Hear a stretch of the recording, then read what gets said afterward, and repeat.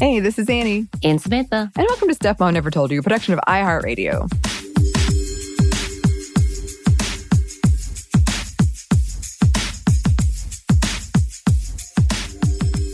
Okay, so I guess quick trigger warning. It's probably obvious from the title what we're talking about. Abortion and the law in Texas specifically, and a lot of the politics around abortion that are going on here in the United States right now. Totally hear you if you're like, not today. Not today. And since this is an ongoing news story, we wanted to timestamp it. As we're recording, it is September 16th, 2021.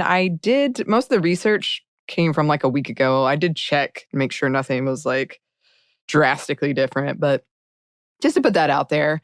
And we have done quite a few episodes on abortion and laws around abortion and even international laws around abortion. If you want to go check those out, we've quite a few of them under our belt at this point. We know things are constantly changing, as in fact, Mexico had some good news that happened regarding abortion laws as well. So if you're out there internationally and things are happening, we always love updates. Yes. So let us know, please. Yes. But yes, we are going to talk a little bit about what is happening in Texas, or what has happened in Texas. And yeah, we're a little late, as this is kind of old news, but it's still concerning news. So obviously, we're going to keep talking about it. As of September 1st, 2021, the Texas legislature enacted a law originally passed in May prohibiting abortion after 6 weeks in the state, long before many women know they are pregnant. And this is, again, one of those things. It's not just Texas. It's everywhere. I know that Georgia has also tried to pass that law. I don't think it's been addressed yet. And there's several states who are lying in wait, essentially, for something like this. This essentially undoes the protections offered by Roe v. Wade in Texas, legalizing abortion up to 22 to 24 weeks. And experts estimate this will eliminate 85% of the legal abortions previously happening in the state. And by the way, once again, there's not many places that allow for this, just straightforward abortions. There are a lot of like hoops you have to go through in order to even get there, including the fact, one of the things that we've talked about, many places, you can't even go before like 4 or 5 weeks of determining your pregnancy. So you have like a small window to get there. So just to put that out there. So it does away with and limits people who do use or have used abortion in court in protection in their rights. So that is something to know. And it puts the onus on them to prove the legality of abortion. Yeah. Despite an emergency request to stop the law from going into effect, the Supreme Court allowed the law to go forward based on some extremely shaky technicalities. And it was a lot of, we're not going to completely address it type of offhands label type of thing. Yeah. I mean, it's extremely concerning and disheartening, and reading stories from both like providers and people in Texas who might want an abortion or need an abortion, saying like, I'll comply, but this is really scary. And already people are making moves to comply so fast. Not only that, the law allows for private citizens to sue abortion providers and anyone that in any way helps someone get an abortion. Drivers, people who provide financial assistance, insurance companies, anyone, even someone they have no connection to, which is a big deal. That's different. Most times in the law, you have to know the person you're suing or have some kind of connection to them or the entity. In this case, you do not. For $10,000, they can sue them for, plus attorney's fees, and even more, I've read. The people suing don't even have to be Texans, and they have 4 years to decide to sue, and can sue hundreds of people if they want. Like one person could do this hundreds of times, should they desire. And if one case fails, that doesn't mean that others won't, which is sort of throwing precedent out the window. Usually, like, you can point to, well, see this case and what happened there. They're not going along with that for this law. Experts speculate this could lead to abortion bounty hunters and vigilantism. An anti-abortion group has already hosted a website where anyone can report people they suspect being involved with an abortion, which has, of course, been flooded with things like Shrek porn and claims of Marvel characters seeking abortions. But still, that is very scary. Right. And just a reminder, if you remember what happened in Alabama, in which they prosecuted a woman who got into a fight, got shot, lost the baby, and they actually prosecuted her for illegally terminating a pregnancy, which was not Yeah. even the case at all. And it actually worked for a minute until it got like national headlines. And that's why stuff like this is so scary. We know we're preaching to the choir, but this is what the conversation is. And we also had talked about civil suits before as a good thing when we talked about rape and sexual assault survivors being able to get some type of compensation or justice. This goes to a whole different ugly level, but it comes to the same merit that it doesn't hit the same standards as violating law or serving time. So this is way easier to prosecute people. So that is really, really upsetting, very scary. And by the way, that $10,000 comes from the person who is accused of helping or getting an abortion. Right. FYI. Yep. But using civil lawsuits as a way to stop or slow the rate of abortion dates back to the 1990s when, surprise, a Texas pastor created Spies for Life, a program that put out pamphlets instructing people how to use the legal system to go after abortion clinics and providers. The author of the law said it was modeled after a similar local law in Texas County, but the law was mostly a political statement, and we know there's plenty of those out there. And there were no abortion clinics in the county, which, again, we also need to talk about the fact that Texas, much like, kind of like Georgia, is very limited in how many abortion clinics there is in the first place. They shut them down pretty quickly, very fast. Yes. And also, this is another tactic that we've seen from abusive partners who are trying to control their partners through pregnancy or through a child, too. That's been a whole thing. Yeah.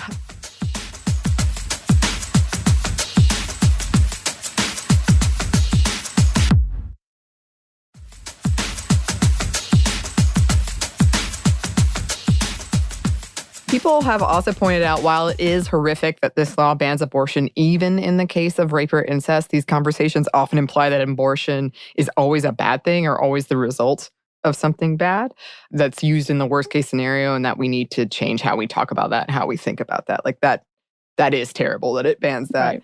But also, like, abortion is not always only okay in those instances. Right. Yeah, that's the big thing. It's like I know there were several tweets where people were like, hey, can we stop this whole like morality in abortion conversation?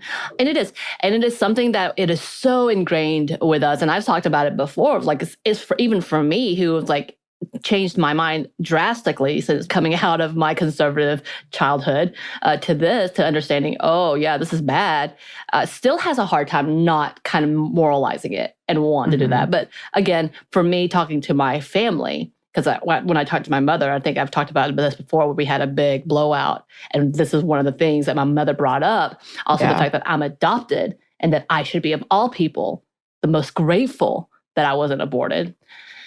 Whole other conversation. But like that type of conversation is unfortunately what we have to use, because they really think this is a moral stance. They truly, truly have believed it for so long. And I say so long as in their childhood, because to be fair, for a long time, abortion wasn't a big issue until the 80s, mid-century. Yeah. So like 60s, 70s, I think kind of came up as an issue. But a whole other conversation. But yeah, we just need to let that point go. Just like, this is about autonomy and our body.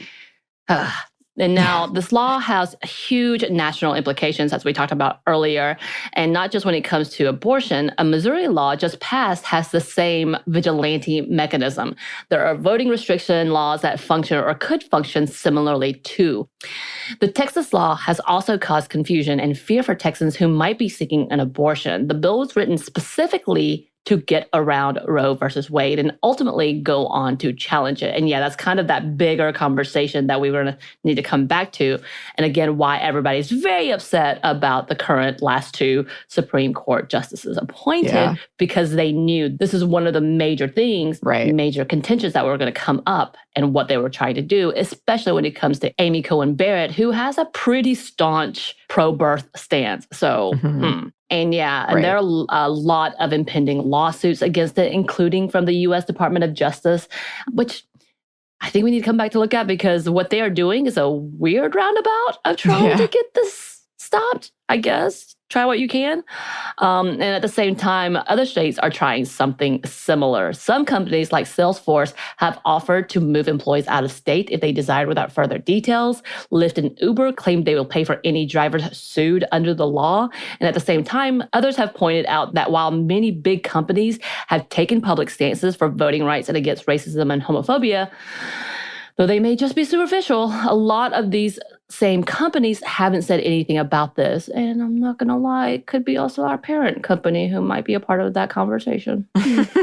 Mm-hmm. Oh, yeah. We talked about this, and kind of the big idea behind this law is like, yeah, places like Georgia do have, and Mississippi, like we have these laws on the books that were ready. Like if Roe v. Wade gets overturned, then they go immediately to be enacted. So that's part of the really scary thing, is that a lot of states have done something similar to what Texas has done and are just waiting to see what happens and how they can get around it, or how they can overturn Roe versus Wade ultimately. And yeah, abortion can already be, and often is, a trying and emotional experience. And now Texans and potentially people across the country have to worry about financial penalty and judgment sanctioned on a legal level, as well as potentially traveling out of state. One estimate suggests that for the average Texan, legal abortions just went from, on average, about 12 miles away to 248 miles away, which is a huge burden and not an option for everyone. And abortion, isn't free in the first place, everybody,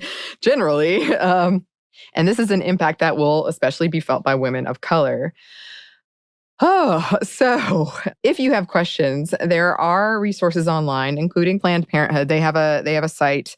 Their site has an FAQ about the law and what it means. There are places to donate and ways to help online as well. So go check those out. And I'm sure we'll be talking about this more in the future, and definitely keeping a close eye on it. Right. And just as a reminder, there are still services out there. It has not completely upended everything. I don't think it has completely gone into effect as well. So that is still an option for those who need it. And yeah, and this is absolutely, when I say this, I'm not saying this without any kind of sarcasm, but this is an attack on women. This is an attack on people with uteruses and being able to, being able to reproduce, or whether or not we can reproduce. This is absolutely coming after women point blank. And just because other women are pro-birthers and would say they're in favor of this abortion ban does not mean it's still not an attack on women. Yeah. And unfortunately, it is the women who are fighting the hardest and being the loudest, but it's also the women who are most dismissed and most likely prosecuted, persecuted, as well as completely ignored.